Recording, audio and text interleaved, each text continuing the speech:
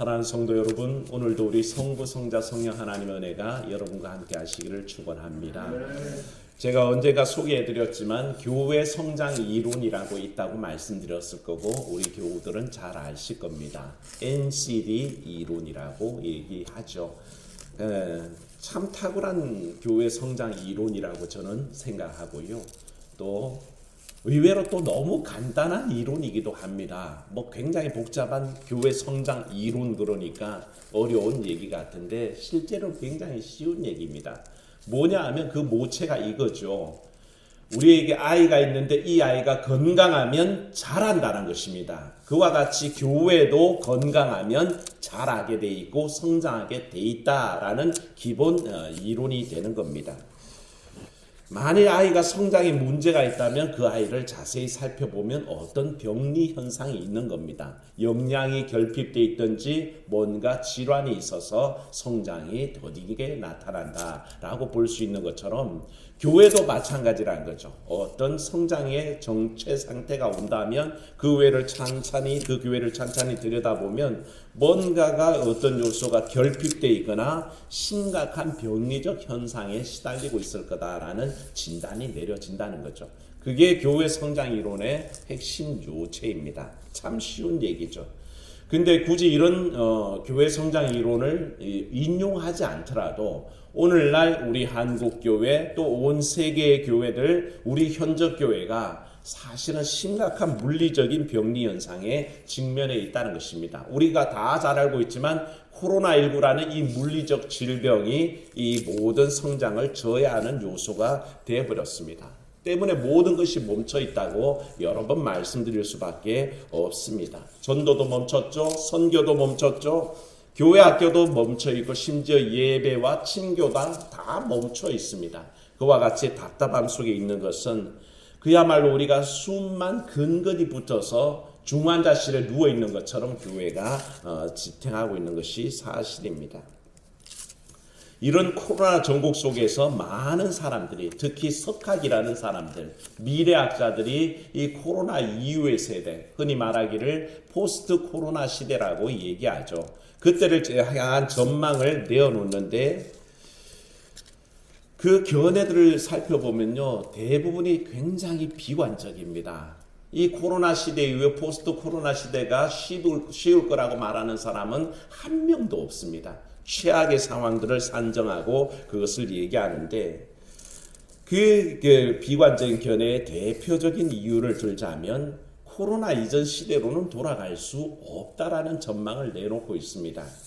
그 주요 원인이 뭐냐 하면 코로나 종식이 너무 어렵다는 것이죠. 그것을 원인으로 얘기합니다.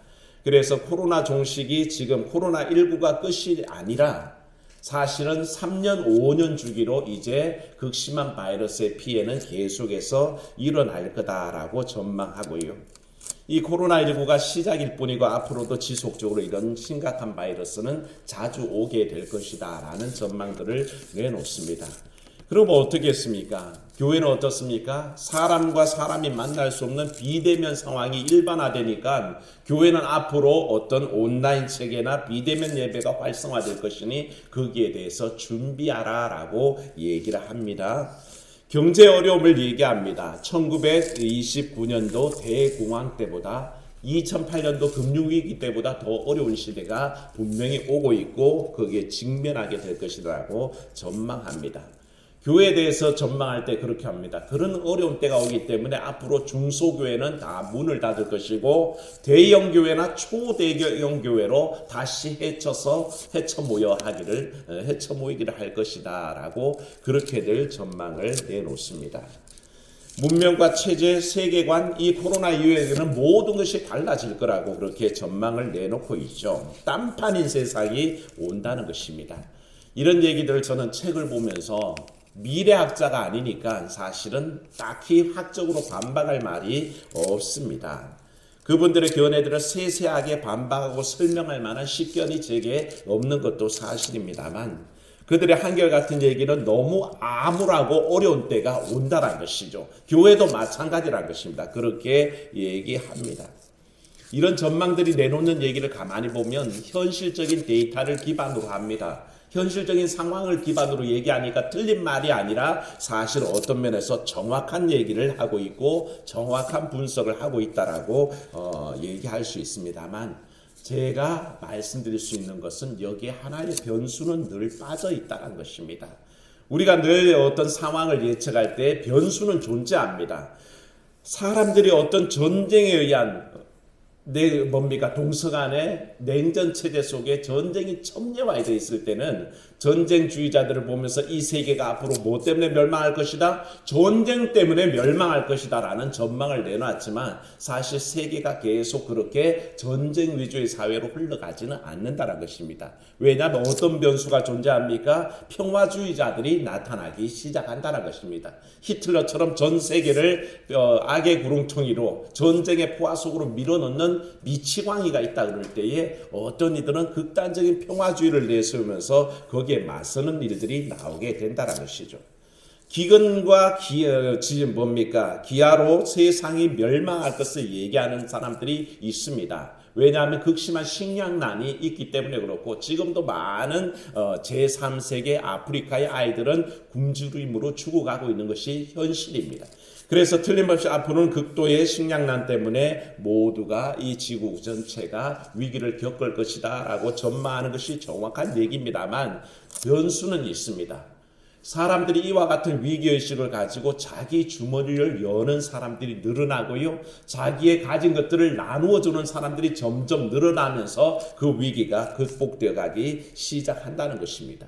오히려 자기 돈을 내서 어떻게 합니까? 제3세계를 찾아가는 겁니다. 아프리카를 찾아가는 겁니다. 저거 돈 낼 일도 아닌 것 같은데 자기 젊음을 투자해서, 자기 재산을 투자해서 제3세계로, 아프리카로 온 그 가난한 최빈민국을 찾아가는 사람들이 많다는 것입니다. 그들에게 장학금을 지급하기도 하고 생필품을 대기도 하고 어떤 물적인 지원들을 아끼지 않는 사람들이 늘어난다는 것이죠. 그게 변수입니다. 무분별한 개발로 인해서 지구가 오염되기 때문에 결국 환경 파괴로 지구가 멸망할 거다라고 예견합니다. 이 지구의 환경적인 종말을 예고하는 사람들은 지구의 종말의 때가 12시라고 산정하면 지금 현재는 바로 12시 3분 전이라고 시간을 설정하고 있습니다. 그래서 이 3분만 지나고 나면 지구는 완전히 종말하게 될 거다라고 얘기하지만, 전망 속에 그 변수가 존재하는 거죠. 수많은 환경주의자들이 나타나는 겁니다. 그래서 이들이 탄소 배출량을 조절하게 하고 무분별한 개발을 규제하게 합니다. 오존층 파기를 위해서 산림을 훼손하는 일들을 규제하는 움직임들이 나타난다는 겁니다. 이게 다 변수입니다.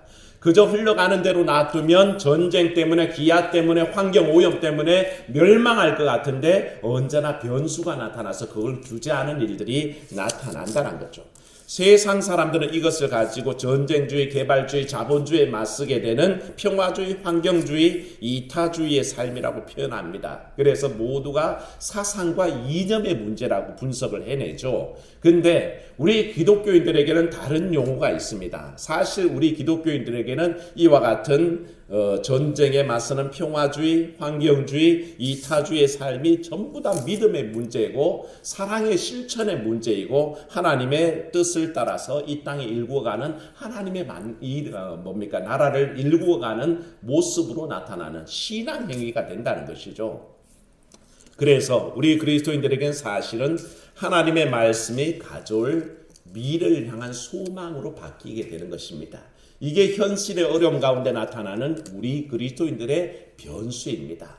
그래서 세상이 아무리 멸망을 예고하고 교회의 어려움을 얘기할 때 우리의 신념 속에, 우리의 믿음 속에 나타난 것은 뭡니까? 한번 따라하겠습니다. 하나님이 능력으로 함께 하십니다. 믿으십니까? 이게 우리 삶에 나타나는 변수라는 것입니다. 그저 흘러가는 대로 놔두면 어렵고요, 힘겹고 최악의 상황이 올 수밖에 없는 것이죠. 그런데 그건 인간적인 분석이라는 것입니다. 인간들이 인간의 한계 속에서 가만히 두면 그와 같은 일은 분명히 오겠지만 거기에 빠져있는 것은 하나님의 능력인 것을 우리가 알게 됩니다. 그래서 세상은 절망을 말하고 암담한 현실을 말할 때에 우리 그리스도인들에겐 소망이 있다는 것입니다. 하나님이 주실 새 세상을 기대하는 것이 바로 우리의 기대와 소망인 것을 알아야 합니다. 오늘 우리가 읽은 에스겔의 말씀은 잘 아는 말씀이죠. 에스겔서에는 두 가지 큰 비전이 있습니다. 첫 번째, 우리가 잘 아는 에스겔 39장에 마른 뼈의 환상이 있습니다.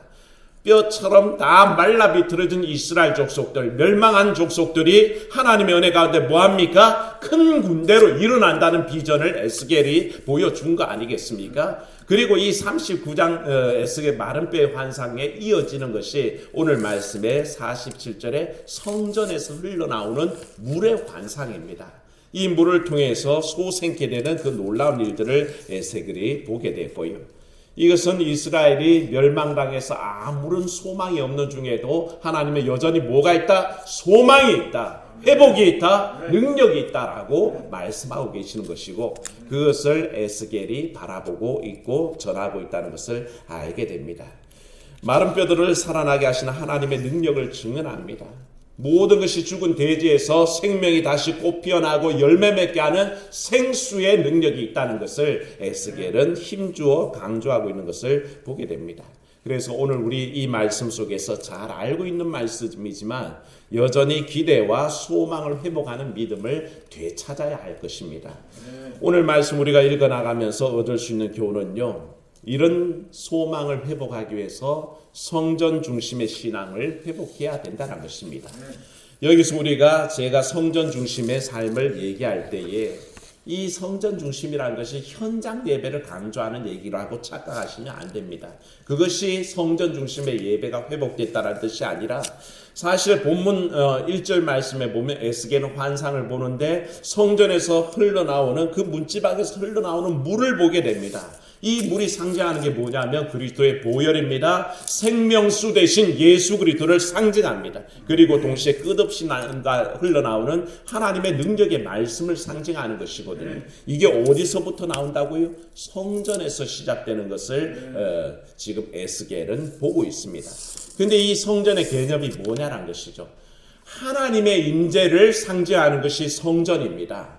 그래서 이 성전은 솔로몬이 고백했던 것처럼 내 이름을 두려고 약속한 그 장소로서의 개념으로서 성전이 제1차적입니다. 그 성전에 하나님의 임재가 있다는 것을 여러분들이 믿으시고 오늘 나와 계신 여러분의 자리에 하나님이 임재하심을 깨닫기를 축원합니다. 하나님은 그렇게 장소적으로도 임재하십니다.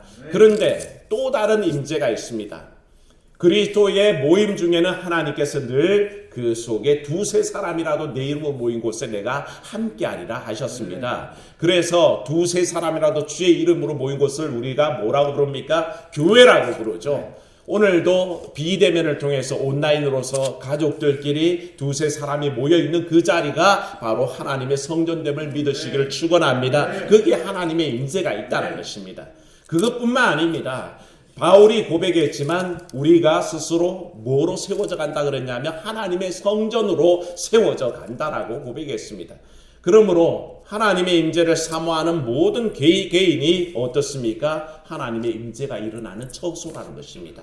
그래서 이 성전에서 말씀이 일어나서 물이 흘러나와서 우리를 살게 하시는 그 능력의 임재, 그것은 바로 오늘도 하나님의 능력을 믿고 그 앞에 서는 모든 사람들에게 임하는 은혜인 것을 믿으시기를 축원합니다. 하나님의 임재가 일어나는 곳에 하나님의 말씀의 능력이 있고 예수 그리스도의 보혈의 능력이 있다는 것입니다. 그러므로 그것을 깨닫는 모든 이들에게 회복하는 주의 말씀의 능력이 있습니다.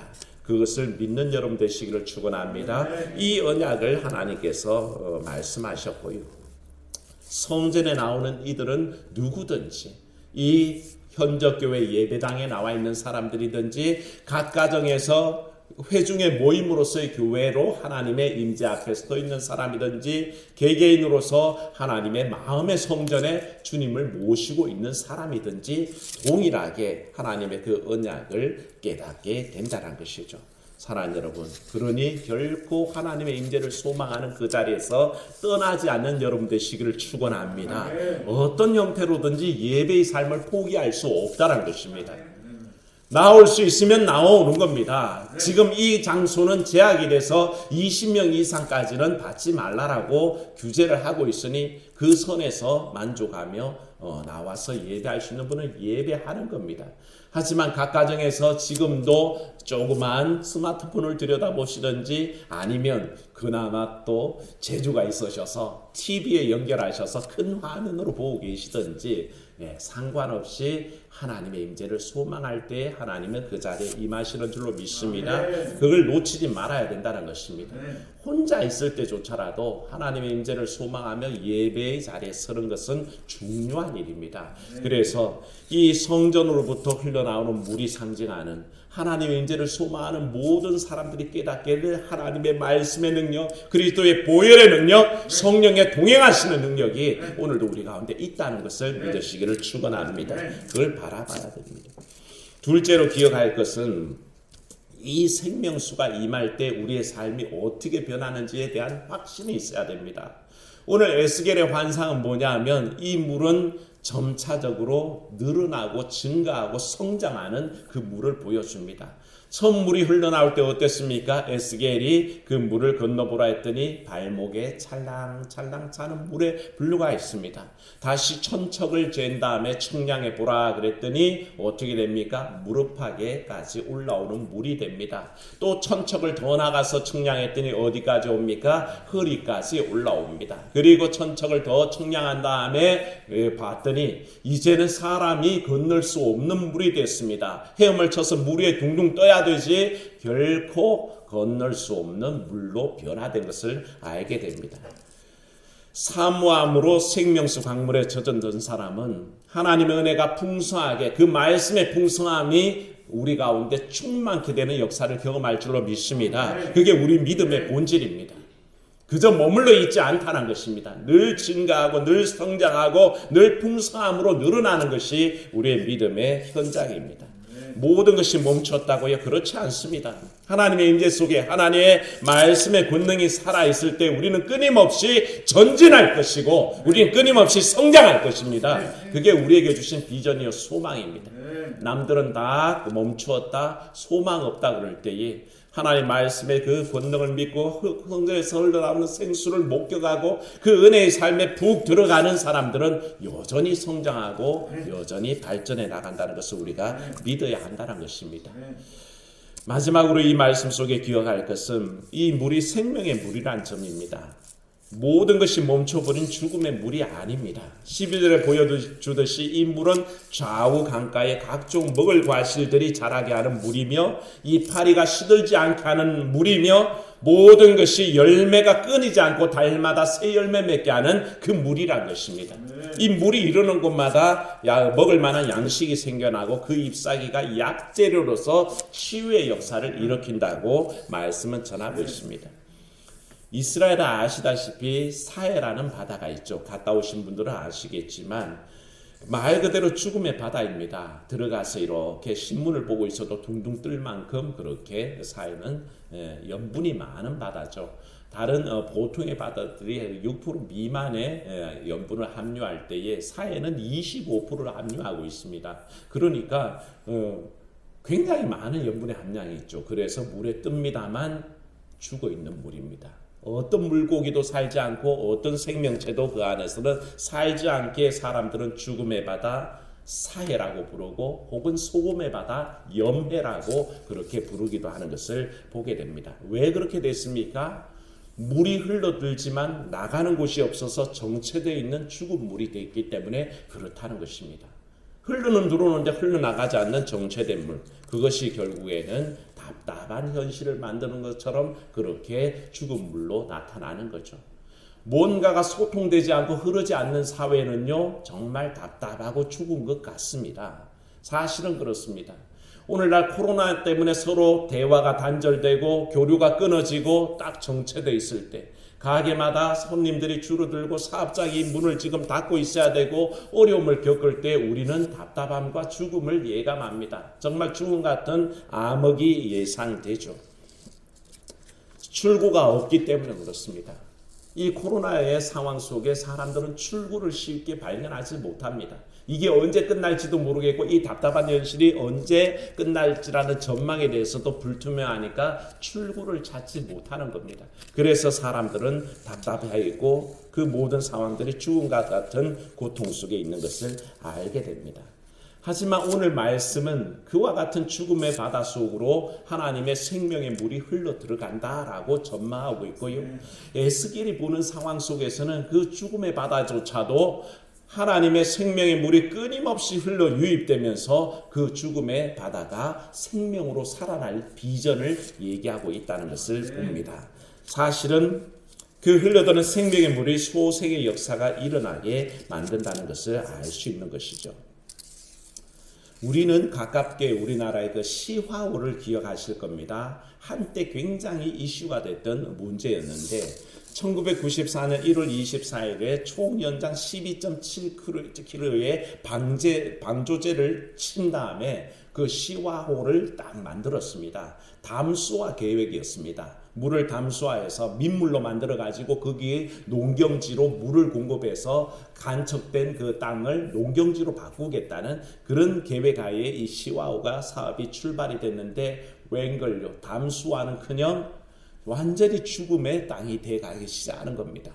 얼마나 모든 것들이 생명체가 다 죽어버렸고 나중에는 그 주민들이 그 옆을 지나가면 시궁창 썩는 냄새 때문에 코를 잡고 지나가야 될 만큼의 땅이 돼버렸습니다. 그게 불과 3, 4년 만에 다 그렇게 돼버린 겁니다. 94년에 이 시화호를 방조제를 만들었는데 98년에 이 담수화 정책을 포기합니다. 그리고 시화호 방조제의 문을 열어서 바닷물을 들이기 시작했습니다. 그리고 20년 만에 이 바닷물이 계속 흐르면서 물이 통하게 되자 이제 담수화는 포기했죠. 바닷물이 들어서 그대로 바닷물로 남아있는데 생명이 돌아오기 시작하는 겁니다. 바지락이 생겨나고 철새들이 도래하고 그렇게 해서 여러 가지 생명이 살아나는 징후가 나타나고 지금도 시화호는 회복 중에 있습니다. 그 세월이 4년 만에 최악이 됐는데 회복하는 데는 20년의 세월이 걸렸다는 것입니다. 막힌 물이 썩는 것은 당연합니다. 그러나 흐르는 물은 어떻습니까? 살아나는 것입니다. 우리가 이 세상의 삶으로 말미암아 딱 정체되어 있는 코로나에 인해서 멈춰있는 삶을 살면 우리는 썩습니다. 그러나 생명의 물이신 하나님의 말씀이 우리 가운데 끊임없이 흘러 넘칠 때에 우리는 살아날 줄로 믿습니다. 우리는 썩은 냄새에서 오히려 향기 나는 사람으로 변화되는 것이 바로 하나님께 주시는 이 말씀의 능력 속에 나타난다는 거죠. 그래서 성전에서 흘러나는 이 물은 그 생명의 물은 죽음의 세상을 생명으로 바꾸는 원천이 된다라고 에스겔은 선포하고 있습니다. 사랑하는 여러분, 절대 희망 잃지 마시기를 축원합니다. 희망이 없다는 말은 진리가 아닙니다. 그것은 예수 그리스도라는 하나님의 능력이라는 변수를 모르기 때문에 그렇습니다. 우리는 어려울 때 더 힘껏 날아오르는 사람들이 돼야 됩니다. 언젠가 제가 알바트로스라는 새를 소개해드린 적이 있는데 어제 권사님 한 분이 그 새가 뭐였죠라는데 이름이 생각이 안 났습니다. 근데 가만히 생각하니까 알바트로스였습니다. 이 알바트로스는 참 재밌는 새이죠.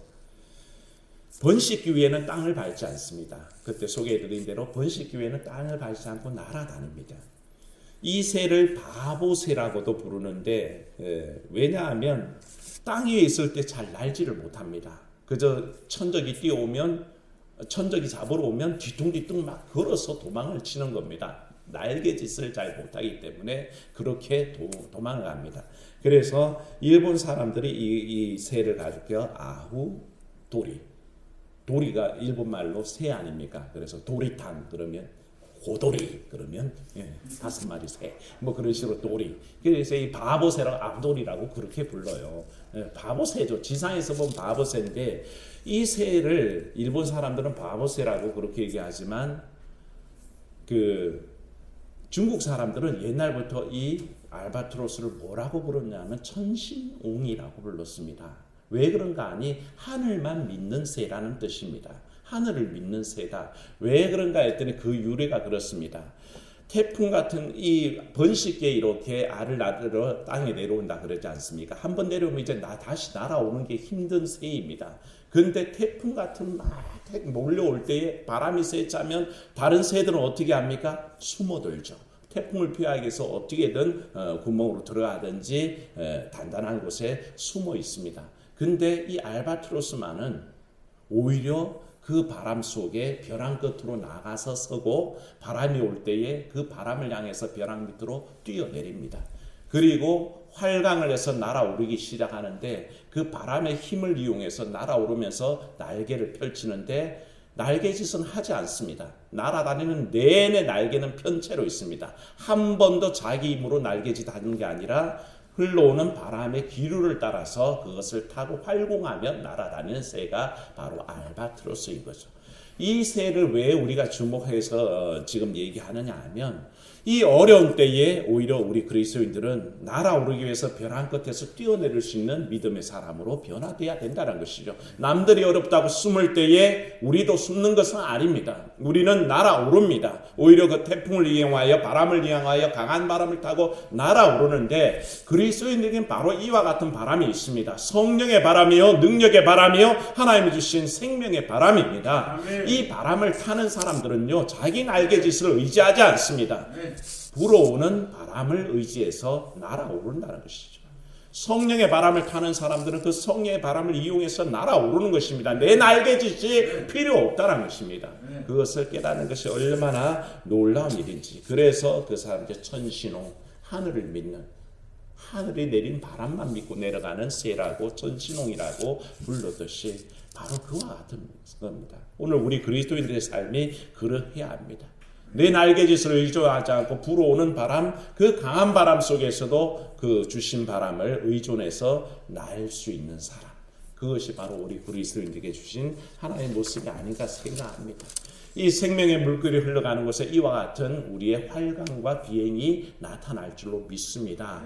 그런 믿음 속에 이 놀라운 어려운 때를 이겨나갈 수 있어야 합니다. 2020년 사람들은 한 해를 잃어버렸다라고 그렇게 얘기합니다. 우리에게 없어진 연도처럼 보여지고 한 해 전체를 다 잃어버린 듯이 보여지는 때를 보내지만 이 경험을 통해서 우리는 갑절의 은혜를 체험할 수 있기를 주의 이름으로 축원합니다.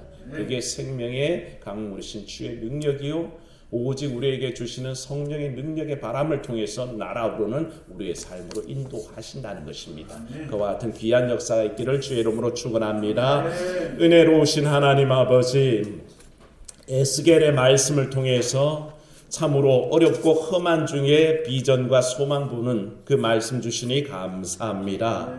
마른 뼈들이 살아나게 하는 그 환상, 참으로 성전에서 흘러나온 물이 은혜 충만하고 수많은 죽음의 땅을 생명으로 바꿔내는 역사를 에스겔이 바라봤던 것처럼 오늘도 이 코로나 상황 속에서 어려움을 겪는 우리 모두가 주께서 그 능력으로 새롭게 해주실 세상을 기대하며 나가게 도와주시옵소서. 하나님, 우리 날개짓이 소용없음을 깨달아 알게 해주시옵시고 주께서 불어주시는 그 성령의 바람과 능력의 바람을 타고 활강하듯 비행하는 그런 믿음의 사람이 되도록 인도하여 주시옵소서. 우리의 삶을 맡겨오고 주 예수님 이름으로 기도하옵나이다. 아멘.